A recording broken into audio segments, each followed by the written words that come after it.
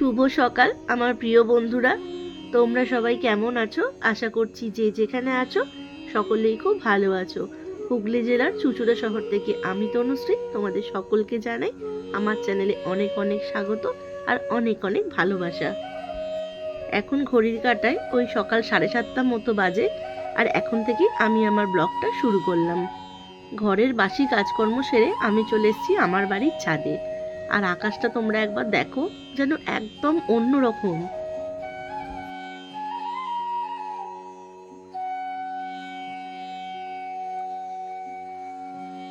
আর আমার এই ছোট্ট নাকচম্পা গাছটা দেখো, বেশ কয়েকটা করে প্রতিদিনই ফুল দেয়।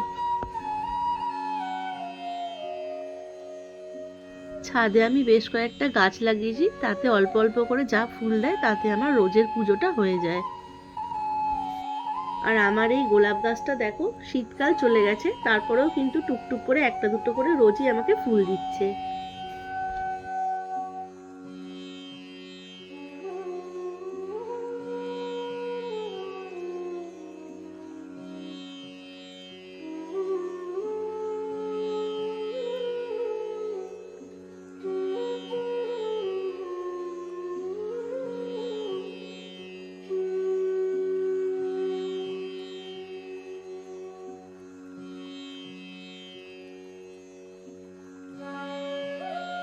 আমার সব ফুল তোলা হয়ে গেছে, এবার আমি চলে যাচ্ছি আমার ঠাকুর ঘরে। দেখো বন্ধুরা, আমি চলে এসেছি আমার ঠাকুর ঘরে। আর আমার গোপু সোনা এখনো ঘুমাচ্ছে, ওকে আমি ঘুম থেকে তুলবো।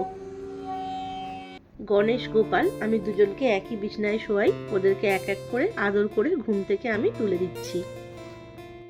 ওরা তো ছোট, ওরা বাচ্চা মানুষ, আর বাচ্চাদেরকে হট করে ঘুম থেকে ডেকে তুলে দিলে ওদেরও ভালো লাগে না, তাই জন্য আমি একটু আদর করে তারপরে ওদেরকে ঘুম থেকে তুলি।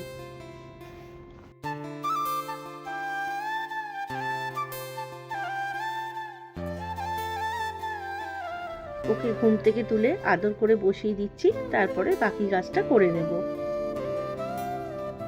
এই বাসনগুলো আগের দিনই মাজা ছিল, একবার ভালো জলে আর একবার ধুয়ে নিচ্ছি।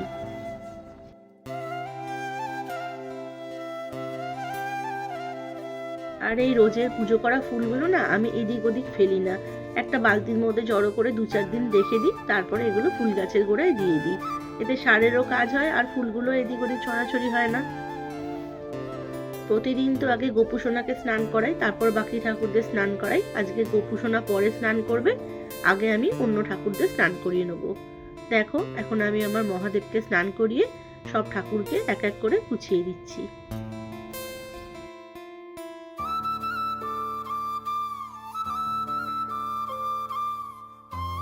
আজ আমার গোপু সোনার ইচ্ছা আজও ছাদে স্নান করবে। এখনো তো সেভাবে গরমটা কমেনি, যতই বৃষ্টি পড়ছে গরম কিন্তু খুব একটা কমেনি। তাই ভাবলাম ঠিক আছে, ওকে আজকে একটু ছাদে স্নান করাতে নিয়ে যাই।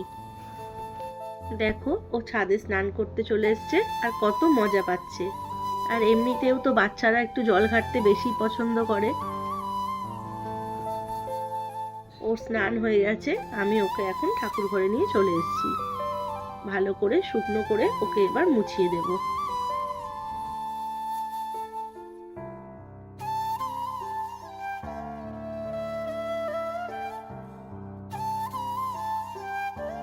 ওকে এখন আমি এই লাল জামাটা পরিয়ে দিচ্ছি। ওর কিন্তু এই একটা নয়, ওর এরকম লাল রঙের জামা অনেকগুলো আছে। আর আমি যখনই ওর জামা কিনতে যাই না, আমার বেশিরভাগ জামা ওর লাল আর হলুদ রঙটাই পছন্দ হয়। আজ বেশ গরম আছে, তাই ওপরে আর কিছু পরালাম না। দেখো, এখন ওর পছন্দের মালাটা ওকে আমি পরিয়ে দিচ্ছি। চুল লাগিয়ে মাথায় পাগড়ি পরিয়ে সুন্দর করে সাজিয়ে দিচ্ছি। তোমরা দেখে বলো তো বন্ধুরা, আমার গোপু সোনাকে কেমন লাগছে। আচ্ছা বন্ধুরা, তোমরা যারা আমার ভিডিও দেখো তারা তো ছোট্ট করে একটা লাইক কমেন্ট করতেই পারো, বলো। তোমাদের একটা লাইক কমেন্টে না, সত্যি বলছি, ভিডিও করার উৎসাহটা অনেক বেড়ে যায়। দেখো, কথা বলতে বলতে আমি আমার গোপু সোনাকে ফুল দিয়ে সুন্দর করে সাজিয়ে দিয়েছি। আমি জানি আমি খুব একটা ভালো করে ভিডিও করতে পারি না, জানো তো, একা হাতে ফোন ধরে না সত্যি ভীষণ অসুবিধা হয়।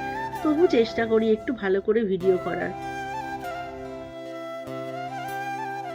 এখানে আমার রাধা কৃষ্ণ ফুল দিয়ে সুন্দর করে সেজে দোলনায় বসে পড়েছে। আর এখন আমি আমার মা তারার পায়ে জবা ফুল দিয়ে মা তারাকে সুন্দর করে সাজিয়ে দিচ্ছি।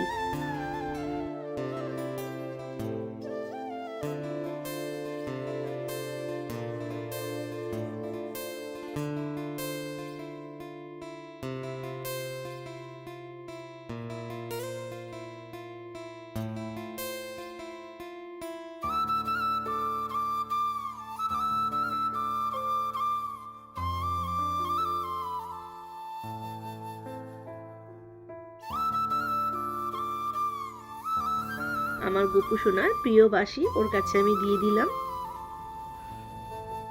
এবার সব ঠাকুরকে আমি খেতে দেব, তাই খাওয়ার জায়গাটা আমি ভালো করে একটু মুছে নিচ্ছি। এখন চন্দনটা বেটে নেব। চন্দনটা পুজোতে আমার একটু বেশি লাগে। সব ঠাকুরকে টিপ পরাতে হয়, তারপরে ফুল চন্দন দিতে হয় সব ঠাকুরের পায়ে, ওই জন্য চন্দনটা একটু বেশি লাগে।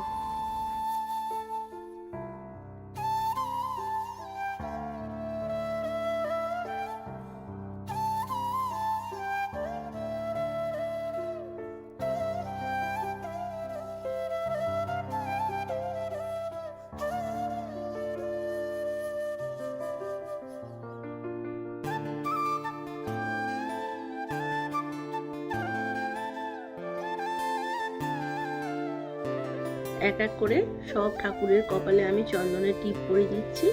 আর এখন একটা বেলপাতা মহাদেবের মাথায় দিয়ে দিলাম।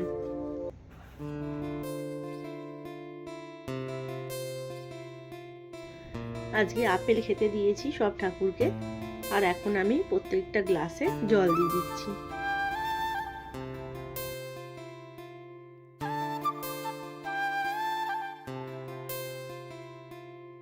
আজকে তুলসী পাতা আনা হয়নি, তুলসী পাতা ছিল না, তাই ঠাকুরের সব থালায় আমি ফুল দিয়ে দিচ্ছি। সব ঠাকুরকে আমি খেতে দিয়ে দিয়েছি। এবার এখন আমি আরতিটা করে নেব।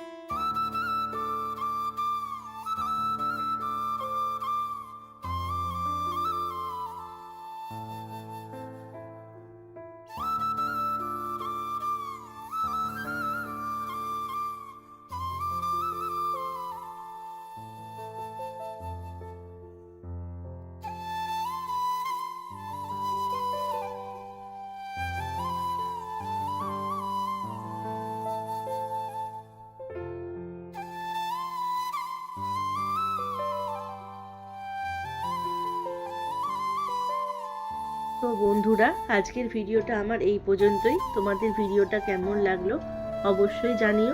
যদি ভিডিওটা ভালো লেগে থাকে তাহলে লাইক, কমেন্ট আর শেয়ার করে দিও। আর এখনও যারা আমার চ্যানেলটা সাবস্ক্রাইব করোনি, চ্যানেলটা সাবস্ক্রাইব করে আমার চ্যানেলটার পাশে থেকো। দেখা হচ্ছে পরের কোনো ভিডিওতে।